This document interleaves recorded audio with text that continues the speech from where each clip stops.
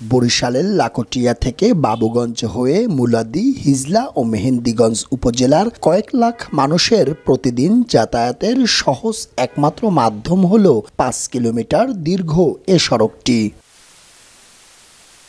অথচ সড়ক নির্মাণের ১৮ বছরেও লাগেনি কোনো সংস্কারের ছোঁয়া। ভাঙাচোরা আর খানাখন্দে ভরা পুরো সড়কটি। বেহাল সড়কে প্রতিদিনই ঘটছে দুর্ঘটনা, হচ্ছে প্রাণহানি সহ নানা ক্ষয়ক্ষতি। যাতে করে এই রাস্তাটা পূর্ণ সংস্কার সহ আমাদের এই দুর্দশা দুর্হাল থেকে আমরা মুক্ত পাইতে পারি। গাড়িতে বসতে সমস্যা হয়, এর কারণে আমরা চাচ্ছি যাতে দ্রুত রাস্তাটা পরিবর্তন হয়, ভালো হয়। সড়কে ঝুঁকি নিয়ে দু একটি পরিবহন চললেও কোনোভাবেই চলছে না রোগী বহন করা অ্যাম্বুলেন্স। জনদুর্ভোগের এই সড়কটি থেকে মুক্তি চায় লাখো মানুষ। আইয়ে বলে যে রাস্তার কাম করবো, আমাকে ভোট দেন, এরপরে ভোট লাগেও না, হয়ে যায়, এরপরে আর কোনো খোঁজখবর নেই।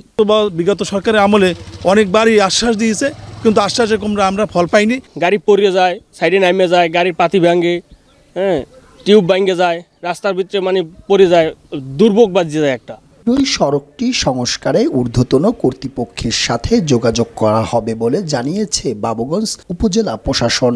সংস্কার বা মেরামতের প্রকল্প থেকে হোক অথবা নতুন বরাদ্দ থেকে হোক, এই রাস্তাটা যাতে মেরামত এবং সংস্কার করে বাবুগঞ্জবাসীর দুর্ভোগ লাঘব করার চেষ্টা করা হয়। রাস্তাটি ১২ ফুট থেকে বর্ধিত করে ১৮ ফুট এবং কার্পেটিং সহ ২৪ ফুট চওড়া করা হবে বলে জানিয়েছে স্থানীয় সরকার প্রকৌশল বিভাগ।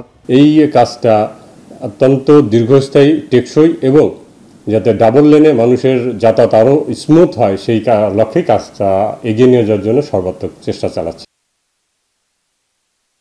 সরকার আসে, সরকার যায়, তবুও পরিবর্তন হয় না বরিশাল থেকে লাকটিয়া হয়ে বাবুগঞ্জের ৫ কিলোমিটারের এই সড়কটি।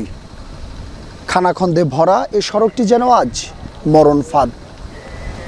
তাই দ্রুত এই সড়কটি সংস্কার করে এ অঞ্চলবাসীর দুঃখ লাঘব করবে সরকার, এমনটাই প্রত্যাশা আমাদের সবার। পারভেজ রাসেল, মাই টিভি, বরিশাল।